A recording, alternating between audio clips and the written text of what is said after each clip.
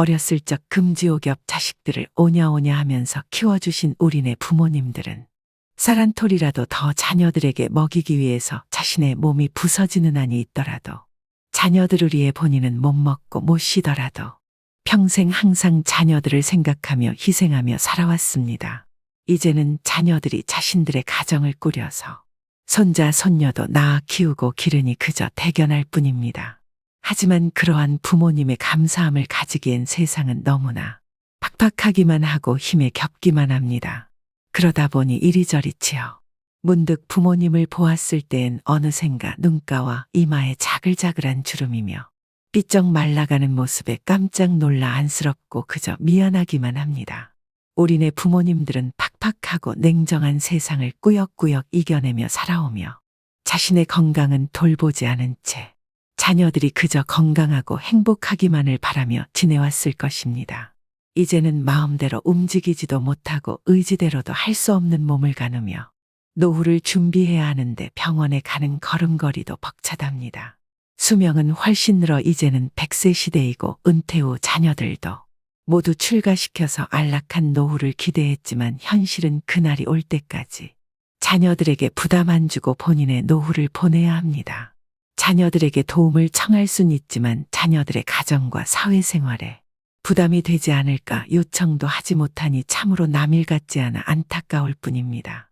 통계청에 따르면 65세 이상 고령 인구는 2025년 40%를 초과할 것이라 전합니다. 2020년 15%에 비하면 그 비율은 3배 가까이 증가한 것이죠. 이에 따라 정부에서는 사회에서 함께 노인을 돌봐야 한다는 견해가 늘어났지만 그 수치로 보면 단지 1% 미만입니다. 그와는 반대로 가족에서 가족들이 부양해야 한다는 응답은 2023년에 10% 이내로 2배 이상 줄어든 것이죠.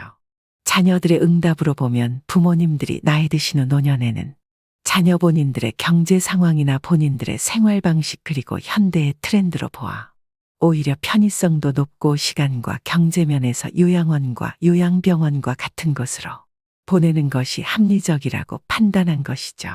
이처럼 노년의 요양원과 요양병원은 당연한 과정이 된 것입니다. 노년의 할머니, 할아버지들은 결국 선택의 여지가 없이 요양시설에 가게 되는데 이런 노인분들을 오랫동안 요양병원에서 근무하고 모시던 간호사의 인터뷰에서 이렇게 말했습니다. 노양병원에 오시는 대부분의 노인들은 가족들이 부양하지 못하여 노인분들의 돌봄을 요양시설에서 대신해 주는데 대부분의 노인 환자들은 치매나 뇌경색 혹은 말기암 환자가 많으며 그 외에 당뇨병 그리고 고혈압으로 인해 입원을 진행해요. 병이 진행이 많이 진행한 상태이고 약을 먹어도 더 나은 차도가 없어요.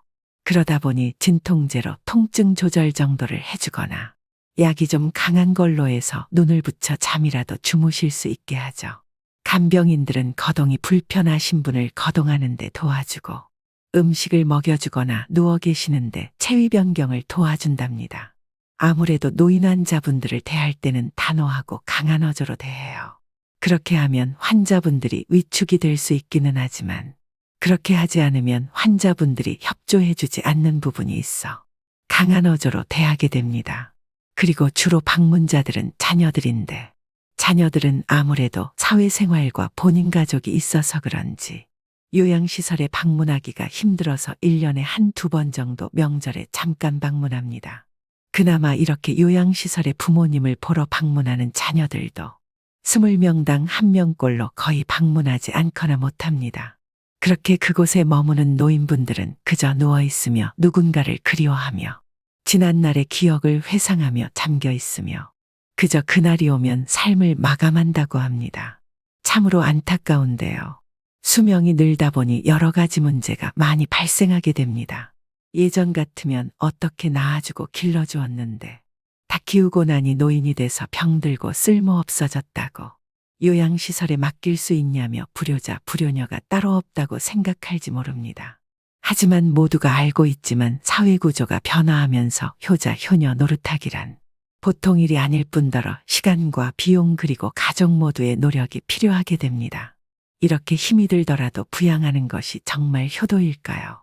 부모님이 너무 나이 들어 의사결정을 하지 못하기 전에 미리미리 가족들이 모여서 부모님의 노년기를 어떻게 보내야 할지, 명절 때 그저 제사만 지내거나 얼굴만 비출 것이 아니라 건강 상태라든지 그리고 건강 상태가 악화되어 치매 같은 혹은 사고 등이 생겨났을 때 어떻게 대처해야 할지 자주 논의하는 것도 한 방법일 것 같습니다.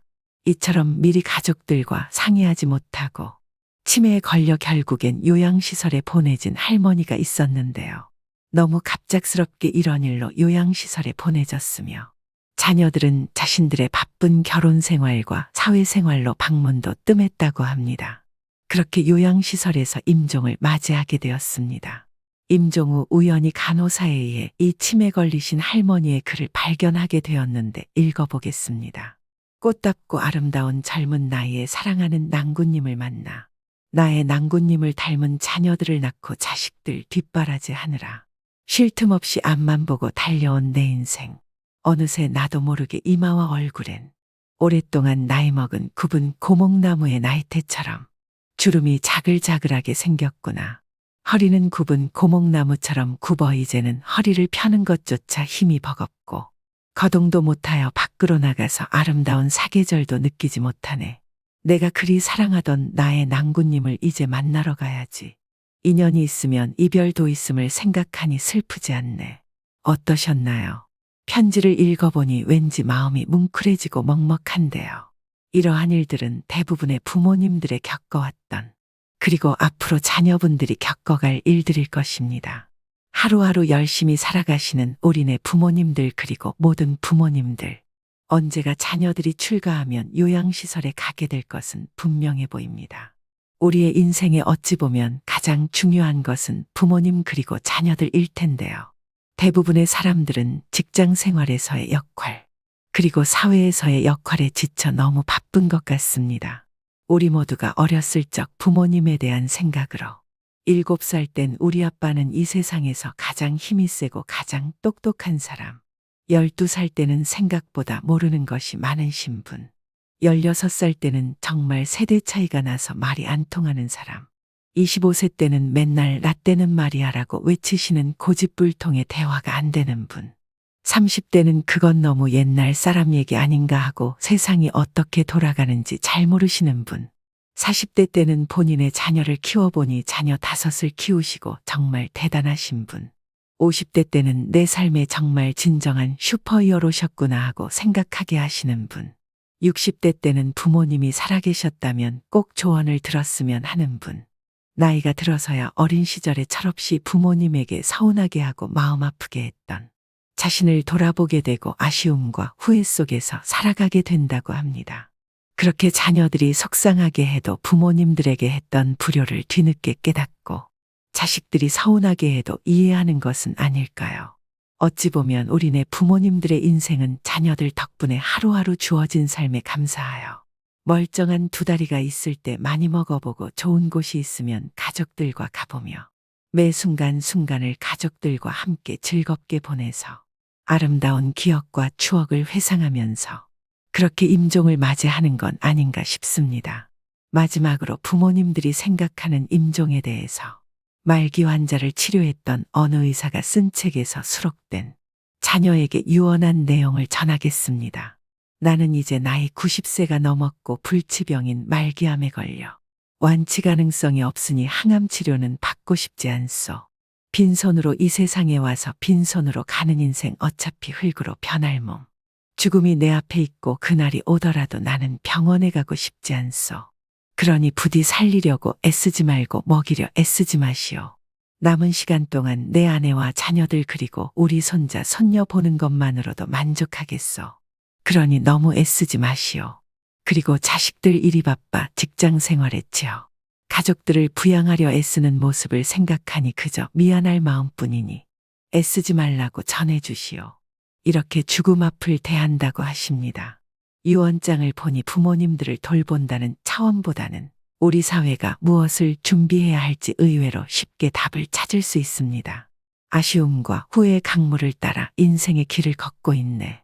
꽃과 잎이 흩날리듯 우리의 날들을 향해 꽃은 세상의 아름다움을 물들이며 향기를 남기고 나비와 벌을 사랑하며 열매를 맺고 대지로 돌아가는데 나의 순간이 어떤 마무리를 맞이할지 낙엽처럼 가을이 찾아온다. 우리도 마음의 꽃과 단풍을 품으며 인생의 끝자락을 예쁘게 장식하고 시간이 오는 것을 느끼면서 아름다운 결말을 위해 준비하세. 지금까지 영상을 시청해 주셔서 감사합니다. 여러분들께 가슴 뭉클하게 하는 영상이 되었다면 구독, 좋아요, 알람 설정 부탁드립니다. 더 좋은 품질의 영상을 제작하는 데 힘이 됩니다. 여러분들에게 부모님에 대한 감사가 항상 함께하는 인생을 응원합니다.